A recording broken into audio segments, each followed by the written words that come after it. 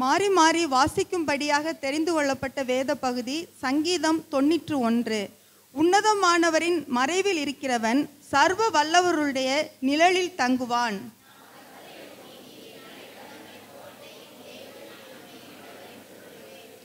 அவர் உன்னை வேடனுடைய கண்ணிக்கும் பாழாக்கும் கொள்ளை நோய்க்கும் தப்புவிப்பார்.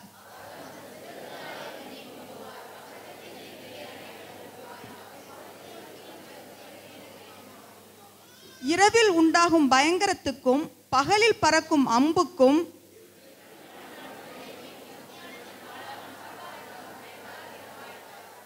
உன் பக்கத்தில் 1000 பேரும் உன் வலதுபுறத்தில் 10,000 பேரும் விழுந்தாலும் அது உன்னை அணுகாது.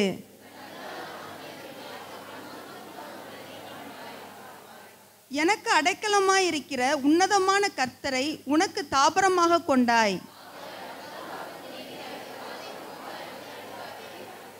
உன் வழிகளிலெல்லாம் உன்னை காக்கும்படி உனக்காக தம்முடைய தூதர்களுக்கு கட்டளையிடுவார்.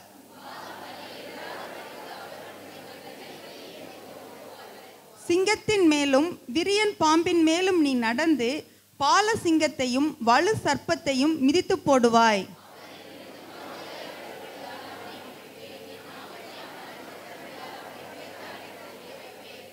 அவன் என்னை நோக்கி கூப்பிடுவான், நான் அவனுக்கு மறு உத்தரவு அருளி செய்வேன்.